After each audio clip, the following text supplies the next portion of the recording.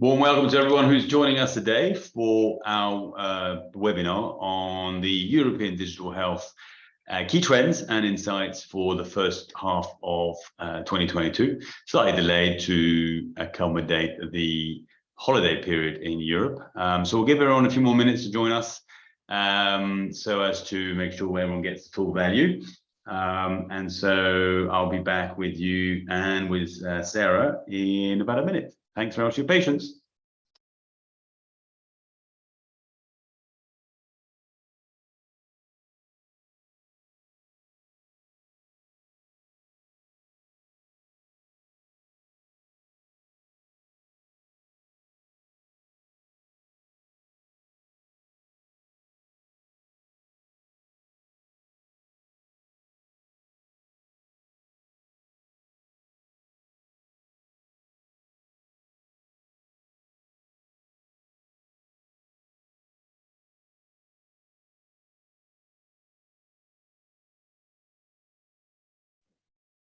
Okay, thank you very much for your patience. Well, people will catch up with us, I guess, as we are going through the initial elements of this webinar. So thank you. Well, warm welcome to everyone who's joined us. This is a webinar that we host every year, every 6 months, as we focus a 6-month period of activities in the digital health ecosystems across the world.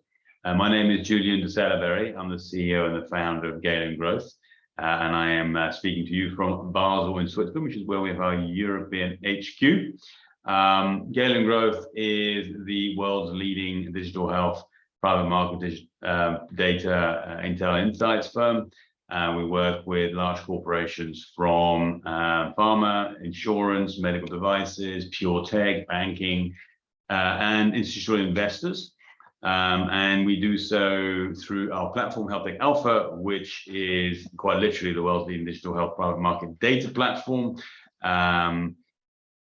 Is leveraged by the corporations and institutions that I referred to earlier on a day-to-day basis to ensure they are fully up to date on all intelligence and learnings from the digital health ecosystems in Asia Pacific, in the Middle East, including Israel, in Europe, in North America, and in South America. Each of these regional ecosystems we publish a report on every 6 months. This is a focus on the report that is drilling into the European digital health ecosystem.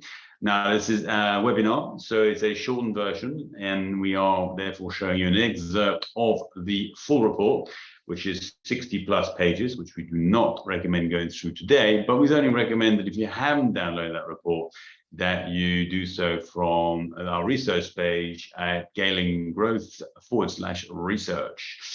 Everything that we do at Galen Growth is powered by HealthTech Alpha, which you will, if you haven't used it yet, then we certainly encourage you to do so and to create your own basic account to get free access to the platform and see for yourself why it is the best in the world.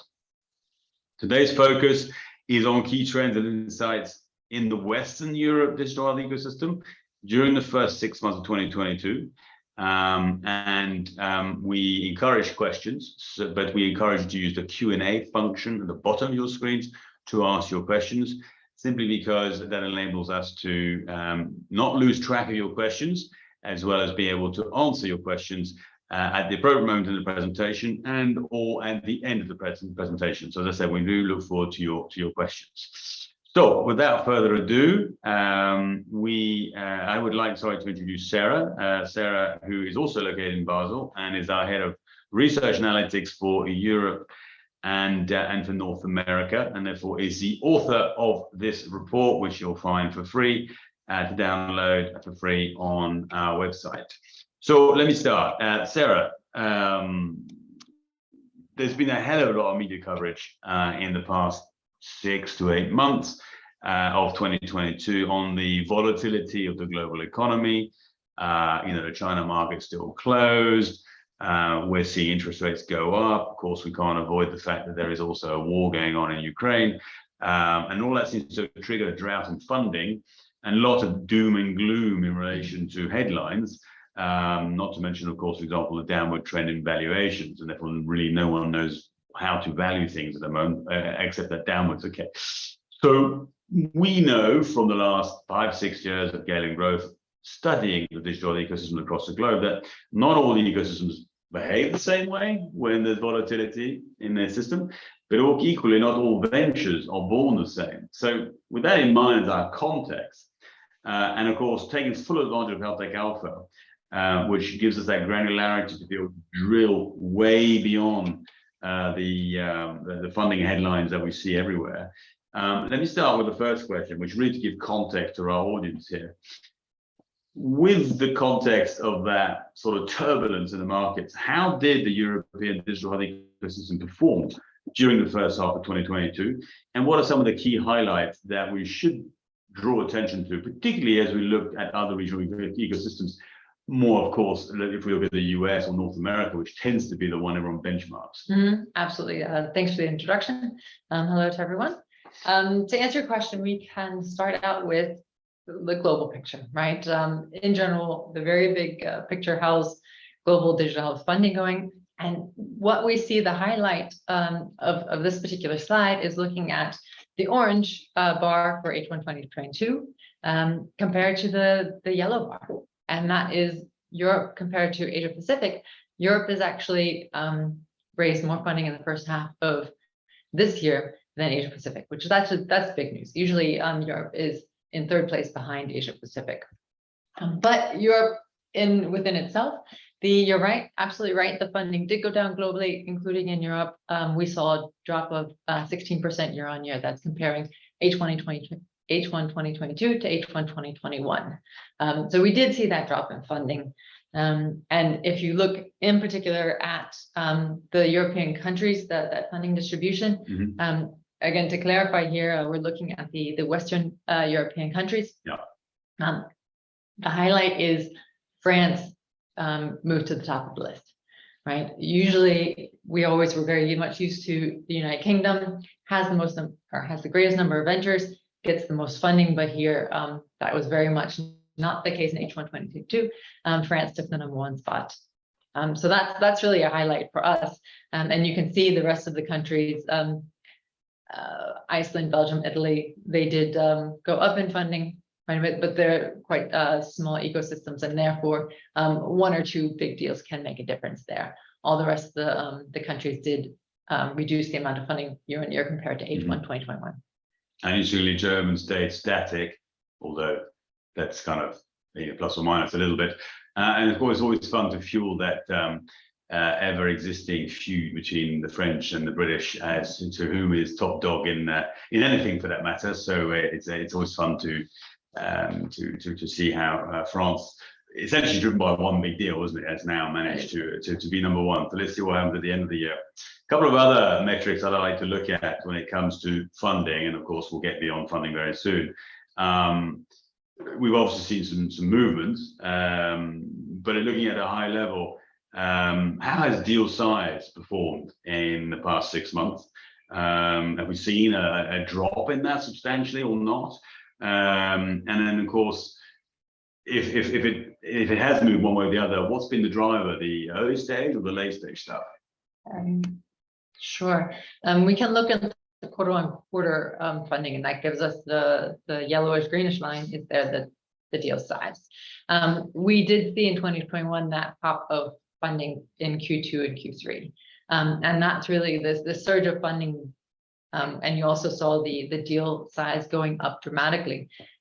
That's kind of what's put the world in a frenzy in the first half of this year. Is we saw a big surge, and now it's come back down. Maybe you say it's come back down to normal levels.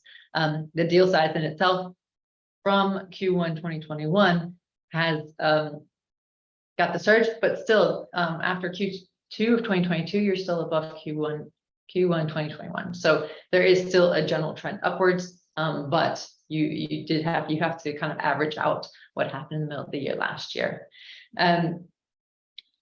Looking at the total funding, we still have Europe was quite a bit buffered, we could say, compared to North America, for example. Europe came down only 15%, whereas North America had a reduction of funding of 25%, right? And that buffering if you look at the different funding rounds and the funding and what was going on, right, digging in a little bit deeper, Europe has a very strong early stage Series A funding coming from public sources, right? And so we see in Europe the early stage Series A, Series B funding, those rounds are still going strong. They all increased compared to 2021 values. So that's where we see Europe differentiating itself a bit from the rest of the world. Although the US, you also saw a remaining strength in the early stage funding deals. Series C, Series D, when you go to the later stage funding rounds, that's where you see you didn't have the big funding rounds that we had in last year. And that's where the big decreases of funding happened more or less across the globe. Yeah, it's interesting to see that actually we've seen that very consistently. Whatever region you look at, the late stage stuff, the big boys in the space have seen their rounds sort of slow down, whereas the early stage, which is deemed to be usually higher risk, actually seen the funding continue strong, which is exciting for certainly the innovation space or the new innovation space of digital health going forward. All right, well, listen, this is a great segue to get beyond funding at an aggregate level, which is obviously what a lot of reports out there have published themselves. So let's dig into the space itself to really help people understand what's truly going on in the space. So during the course of COVID, certainly last year, we saw at its height of the pandemic, that is, an enormous swing towards mental health. Suddenly everyone got excited about mental health. It was the big problem coming out of COVID. Investors doubled down, etc. Have we seen that hold up as we come out of COVID? Globally, no. In Europe, yes. North America, for example, oncology took the top spot again. Mental health falling down the list, but in Europe, mental health did stay as a top funded therapeutic area in digital health. However, what you can see by the chart on the left is that it's still, the funding in mental health decreased by 63% in the first half. Right, so we did still see the reduction in funding. It's just mental health actually wasn't hit quite as bad as many of the other therapeutic focus areas. Cardiovascular diseases came out probably the best out of the funding, but you did indeed see that decrease in funding across most of the therapeutic areas. Yeah, I mean, of course, it's worth saying that these are aggregate numbers. So, for example, we take oncology.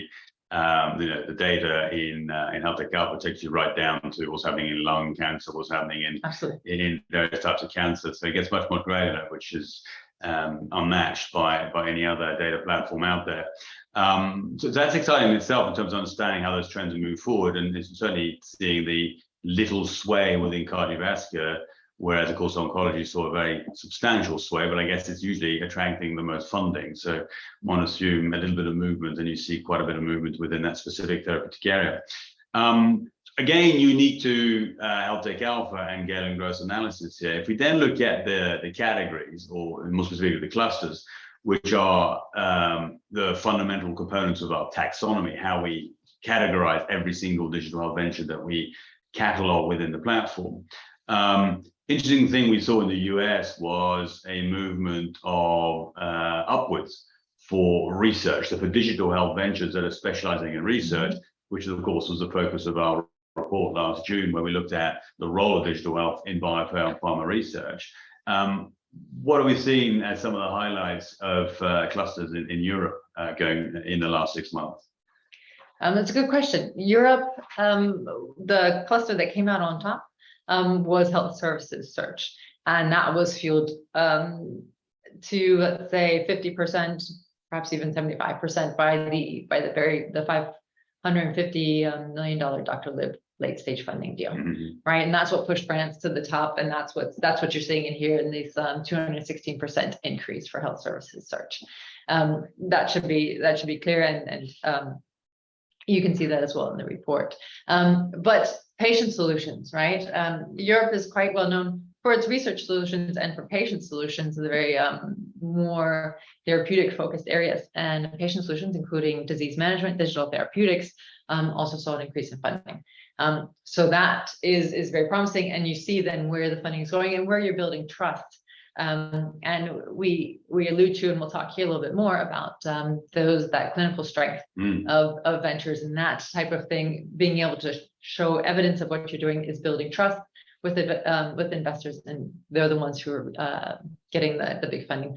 What we saw, and you look at the bottom of the list here, telemedicine and wellness, that big surge. You're talking about mental health, but really telemedicine, wellness surge that was a product of COVID. We do see those areas coming back down again, and we expect to see that continue through the year.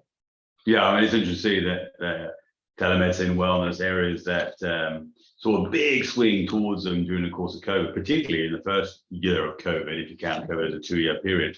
I mean, I remember many a client or prospect ringing us to contact us around how we could help them with telemedicine as a potential solution for them to get greater access to customers. So it's interesting to see that swing back. Okay, well, listen, you alluded to it, but I'm fascinated by this because, of course, for those who are very connected with digital health and some of the press coverage, and more specifically some more specialized press coverage, we've seen a lot of activity and fuss around the JMIR Rock Health Clinical Robustness White Paper, which took a sample of 225 ventures in the US and looked at their clinical robustness, it was called in that particular article, which made me smile quite a bit because, as we know, we have been looking at clinical strength ourselves within Health Tech Alpha because we've got the data. You know, we are able to look at clinical trials, we're able to look at regulatory filings, you know, peer review documentation, etc. So we're able to get a very strong indication as to the clinical strength, as we call it, again, in growth of a digital health venture. And of course, we're able to look at it across 12,000 ventures at least, and that number grows every day as they sit on the platform. So we didn't obviously forget to do that when we looked at the first half of this year, when it came to the first half report on Europe. So if we look at the Europe and we look at the clinical strength, it might be obviously worth just mentioning how we look at clinical strength, Sarah. But if we look at the clinical strength landscape in Europe, you know, are there any highlights? You know, anything particularly worth mentioning within the actual regulatory filings landscape in the Europe ecosystem? Yeah, we'll look at regulatory filings on the next slide, but you're absolutely right. I think that JMIR paper really brought to highlight where investors are going, because they're saying we want more confidence. We're going to look at, you know, how much evidence these ventures really have that their solution works, and that's what our clinical strength is focused on. For the clinical strength, what we've calculated is we've taken the regulatory filings for each venture and added to it any clinical trials that they've performed or applied for. And then we also added to that then any peer review publications. Now, for emphasizing they have to be peer reviewed so that it has a very, very strong scientific basis for that. The publications were discounted at 50%, but we added those together to say these are ways that ventures can show, right, or give evidence of their solution, and we believe that those are very, very powerful indicators. And so, using that, any venture that had greater than just one of those indicators, right, we said they have significant clinical strength. Right. Given that background, looking at all of the ventures in Europe, 11% of the European ventures actually have a clinical strength greater than 1, right? So they have significant clinical strength, which is a pretty good number when you consider the entire ecosystem of digital health in Europe. Not all ventures require, right, this proof. You know, you have a telemedicine venture, or you have some a different solution, an online pharmacy, for example. They're not going to have any regulatory or clinical evidence, right? So 11% is quite strong for Europe. But looking across the globe, the Middle East actually was the region with the highest clinical strength at 15%, right? So that's what we're looking at. And in Europe, you can see the number of clinical trials, regulatory filings, peer review publication, as you might expect the proportions to be. For the different therapeutic areas, the highest funded therapeutic areas in Europe: mental health, oncology, cardiovascular disease. Mental health, probably as you might guess, only had 15% of their ventures with clinical strength greater than 1, right? Whereas oncology had 43%. So the diagnosis tools within oncology really pushed it to the top a lot. So it's a fantastic way to look at the ecosystem and understand, a little bit about the maturity of each ventures. Down the bottom, you see the distribution of the number of ventures across Europe and the clinical strength score that those ventures actually have. Now, of course, one of the core pillars is the regulatory filings, right? And regulatory filings were very strong in Europe. In H1, 43 ventures actually submitted regulatory filings, so very strong for Europe.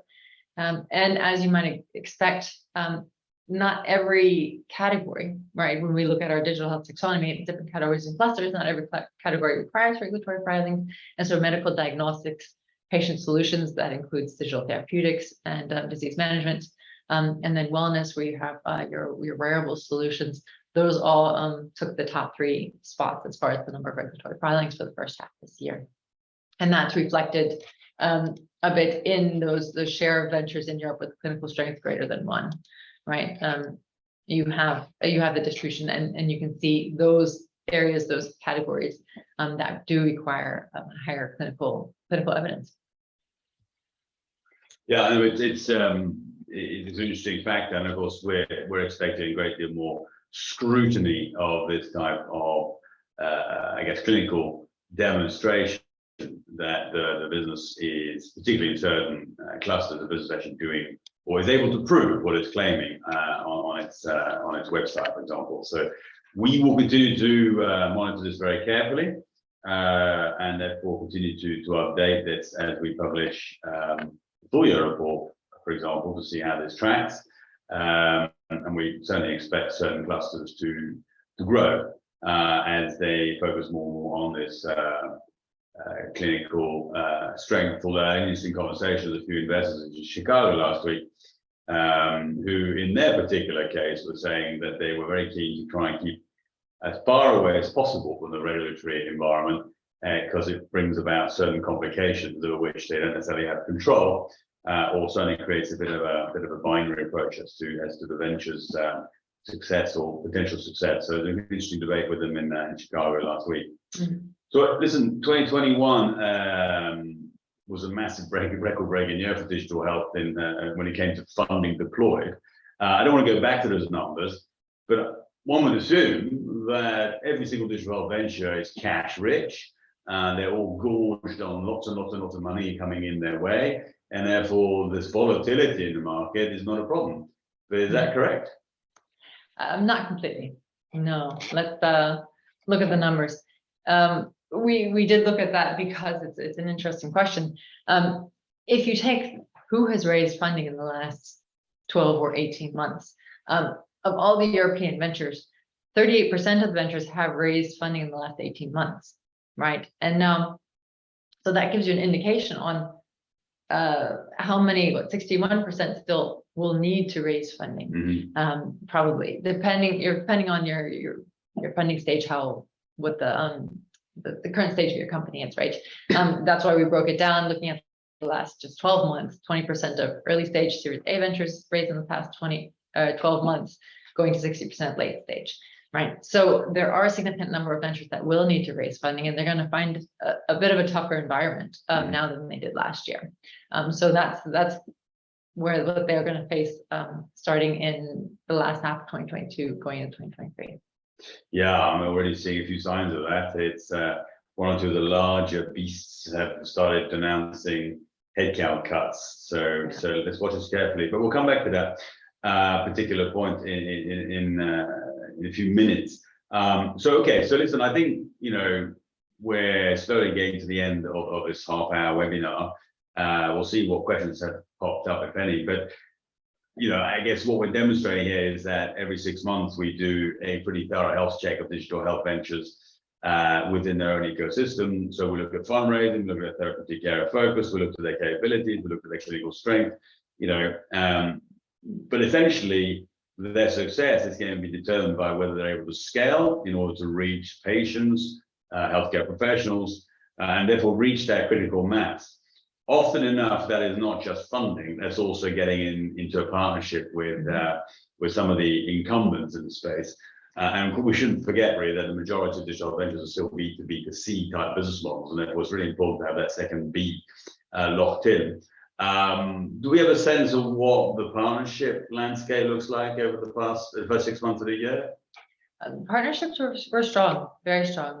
H1 2021 recorded 227 partnerships globally, and you'll see from the global distribution that this year was very strong in partnerships. And those partnerships were focused the top 3 areas in research solutions, a lot of partnerships with pharma companies, patient solutions, digital therapeutics, disease management, and medical diagnostics. So that's encouraging to see. Partnerships are still strong. The solutions are still getting into the market, getting into the relationships that help them grow. Yeah. Just an interesting point from Matt, who's joined us today, which triggers just a clarification. The JMIR study with Raquel is USA only, and it's only 225 digital ventures they looked at. Whereas the study that we're sharing the highlights of with you, but it's on the platform, and you'll see that the score in the platform when you look at any one venture is looking at every single ecosystem in the world, and is looking at over 12,000 ventures. Therefore, you're really, if you look at the scores we shared for you for Europe, you're looking at the scores as relates to every single digital venture in Europe that we have on our system, which is quite a substantial number. So thanks for clarifying that, Matt. It's important that people understand the difference between that study and what we are doing on a day-to-day basis. So let's take a few minutes to close this off. Just keeping an eye on questions, but let's close this off with a quick look forward. I know it's always hard to do, Sarah, but I do like to try and push us a little bit. So one thing that we said at the beginning was that funding slowed down, but was not as significant as the US. What's your hunch on why that is, and will we see that buffering maintained going forward? A bit of a difference, a big difference in the European venture funding ecosystem is that a lot of European funding comes from public sources, the government grants, right? And different programs to encourage this type of growth. So that's buffering to a great deal the European ecosystem. And we have seen, we looked earlier, BPI France, they funded 6 ventures last year. They've already funded 6 ventures this year, right? So we don't really see that slowing in the public funding, and we don't expect to see that in the future. That's why Europe is quite a bit more buffered than the North American ecosystem. Yeah, I mean, we're going to watch this carefully, I think. But I mean, BPI France, for example, is a prolific investor in digital health within the French ecosystem. But how have they been doing? BPI France, we've seen the consistent amount of funding between last year and this year. Okay, right. So our hypothesis that this will continue being to Europe's advantage is held out. Absolutely. You've seen the lack of the big funding deals, but those early stage funding is quite strong, and we don't expect that to slow in the second half of the year. That's interesting. So, but I guess it gets slight crossover. So we've said that Europe is buffered. Great, fantastic for European-based digital health companies that are able to unhook that funding. But equally, we've said that the number of ventures that actually did rerun or did refill their coffers during the course of the last 12 months is actually much lower than I expected, bearing in mind all the hoo-ha about how much funding that was out there. So if we look forward in terms of the second 6 months of the year and probably into 2023 a little bit, what do we expect how do we expect things to evolve? What do we expect to be the reaction of the digital health ecosystem? Sure. Europe, we see a trend. It's actually a global trend, and we see a lot in Europe and North America, is really when you have the more mature ventures maturing, and you saw 60% of those more mature ventures have actually received funding in the last 12 months. And then the younger ventures who are getting past the seed stage into the Series A, perhaps because they're keeping the public funding, but then they reach a stall, and then they may not be able to achieve that next stage of funding, because that funding is a bit more, let's say, conservative than it was last year. What we expect to see then, and we wrote a report about it this spring, are the development of digital health platforms, right? We expect to see the more mature ventures starting to acquire the younger ventures. It's a trend. M&A, venture to venture M&A has significantly accelerated this year. We really expect to see that consolidation as the more mature ventures grow. They consume the smaller ventures and then are able to build their portfolios and create digital health platforms in that way. That's what we really expect to see happening. That's going to be the trend for the end of this year and going through 2023, this consolidation and building of platforms. Fantastic. Let's watch this with a great deal of interest, and of course our usual rigor and scrutiny as we look at the full year in December, with a view to publishing the full year analysis in January. I see no questions at the moment, but we are also running out of time. So just wanted to say that this is only a snapshot of a broader report that has 60+ pages of data. So we thoroughly encourage you, if you haven't already, to go to galengrowth.com/research to download your own copy, alongside, of course, a copy of the report for the other 4 key ecosystems, to see how they compare one to another, and feel free to share those with anyone you believe would be interested.